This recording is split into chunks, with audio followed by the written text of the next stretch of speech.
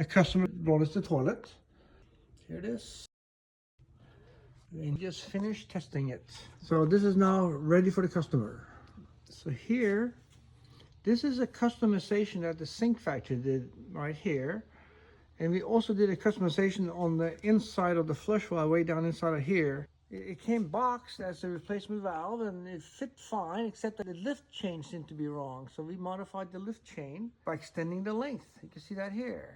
And we had to use a coupling, which we made here, sink factory coupling, so as to get it to extend this. And this lets the flat fall back to the proper position, and it flushes really well. So again, a modern modification here. So there it is.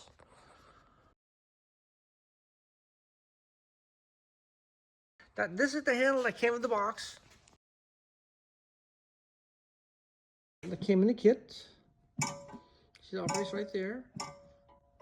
Jumps up. Here's your original lever. She's got a lot of chrome issues going on, because this is not made of real brass.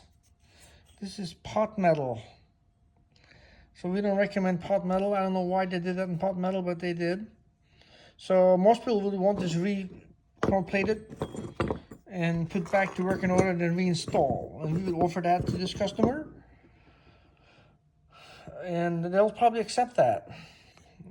Because this is just not correct being. But again, it depends on the customer. Here's your original flush valve. That's called a barrel flush valve. And American Standard made them for a while. It's kind of unique to American Standard. This is a really old one. It separates right here. This is a really old one here.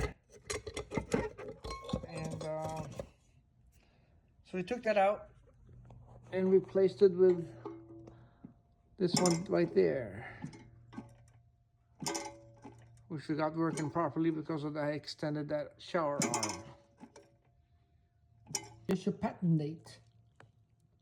1932, 1934. That's the patent date, not the manufacturing date. That's the patent date. Here, I believe we had the manufacturing date. It's 1949. I think it's 49. It's the, see here, 49. That's 21. So something 2149. That's the manufacturing date. There it is. And again, the new guts inside, and my custom flush handle there.